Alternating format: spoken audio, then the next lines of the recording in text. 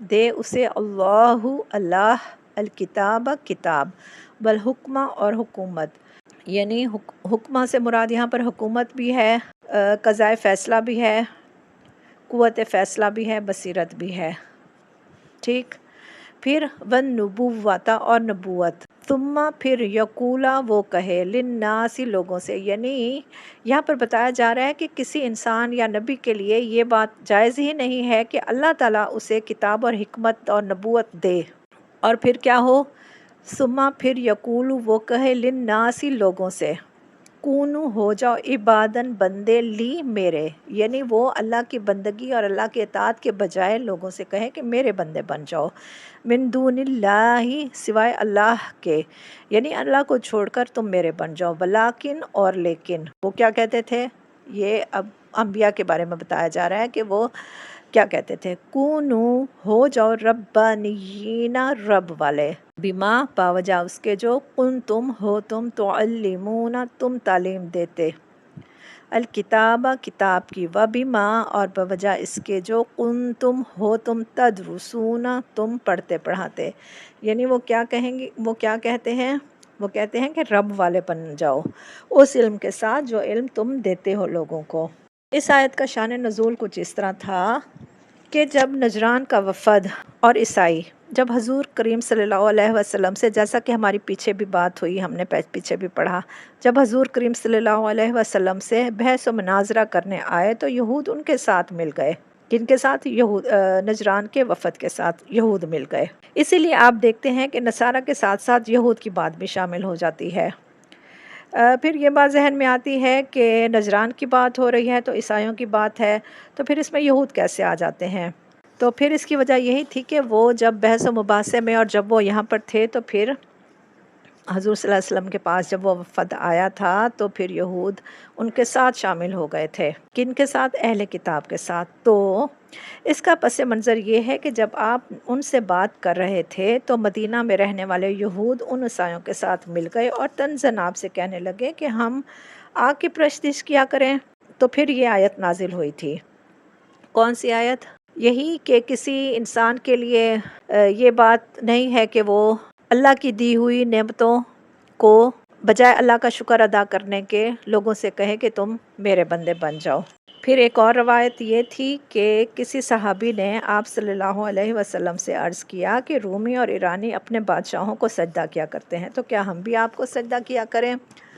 تو آپ صلی اللہ علیہ وسلم نے اس کے جواب میں سختی سے منع کر دیا نا ان کی اس بات سے، اور فرمایا کہ اللہ کے سوا اگر کسی کو سجدہ کرنا جائز ہوتا تو میں بیوی کو حکم دیتا کہ وہ اپنے شوہر کو سجدہ کرے، کیونکہ شوہر کا بیوی پر بہت حق ہے۔ بہرحال اس سے یہ پتہ چلتا ہے کہ کوئی بھی انسان یہ نہیں کر سکتا کہ اللہ اس کو اتنا بڑا فضل دے، اتنی نعمتیں دے، اور پھر وہ نعمت کا شکر ادا کرنے کے بجائے اس محسن کو بھول کر لوگوں کو اس کا بنانے کے بجائے اپنا بنانا شروع کر دے۔ انبیاء کو تو اللہ تعالیٰ نے بھیجا ہی اسی لیے تھا، کتاب دی تھی، علم اور حکمت عطا کیا تھا، کس لیے؟ اسی لیے کہ لوگوں کو وہ اللہ والا بنائیں، اللہ سے جوڑیں۔ تو یہ کیسے ہو سکتا ہے کہ وہ انبیاء لوگوں کو کہیں کہ اللہ کو چھوڑ کر ہمارے بن جاؤ؟ یہاں پر پھر یہ ہے کہ نصارہ کے اس عقیدے کی بھی تردید ہے جس میں وہ حضرت عیسیٰ علیہ السلام کو خدا کا بیٹا بنا بیٹھے تھے اور خدا کہتے تھے۔ فرمایا یہ تو ممکن ہی نہیں ہے کہ حضرت عیسیٰ ایسا کریں۔ فرمایا وہ ایسا کر ہی نہیں سکتے کہ اللہ نے ان کو انجیل دی، حکمت دی، اور پھر وہ لوگوں کو اللہ کا بندہ بننے کے بجائے اپنا بنانے لگ جائیں۔ تو یہ چیز انبیاء کی تعلیم میں نہیں ہے۔ اچھا، پھر انبیاء کی تعلیم میں کیا ہے؟ انبیاء کی تعلیم میں یہ بات ہے کہ کونو ربانیین، کہ رب والے بن جاؤ۔ پیغمبر لوگوں کو اللہ سے جوڑنے کے لیے آئے ہیں۔ کوئی بھی کسی بھی مذہبی کتاب میں ایسا نہیں ہوتا، کسی بھی دینی کتاب میں ایسا نہیں ہے، یا کوئی بھی ایسی کتاب جو اللہ کی طرف سے آئی ہے، بھلا اس کی تعلیمات ایسے کیسے ہو سکتی ہیں کہ لوگ اللہ کو چھوڑ کر پیغمبر کہیں کہ اللہ کو چھوڑ کر ہمارے بن جاؤ؟ کوئی بھی دینی مذہبی کتاب اگر عقل سے کام لیا جائے تو وہ کیا کہے گی کہ لوگوں کے غلام بن جاؤ، اللہ کو چھوڑ دو؟ کوئی بھی آسمانی کتاب کیا یہ کہے گی کہ لوگوں کے بن جاؤ اور اللہ کو چھوڑ دو، لوگوں کے غلام بن جاؤ، لوگوں کی غلامی کرو، انسان کی پرستش کرو؟ نہیں، یہ تو عقل بھی نہیں مانتی۔ تو اہل کتاب پھر تمہاری عقل کو کیا ہو گیا ہے کہ تم اپنی پرستش کروانا چاہتے ہو؟ اور پھر یہ بات کہ عیسیٰ اس لیے آئے تھے کہ لوگوں کو اپنا بنا لیں، اپنی عبادت کے لیے کہیں، تو یہ بات سراسر غلط اور ان کا الزام ہے۔ سبحانک اللہم و بحمدک اشہد ان لا الہ الا انت استغفرک و اتوب الیک۔ السلام علیکم ورحمۃ اللہ وبرکاتہ۔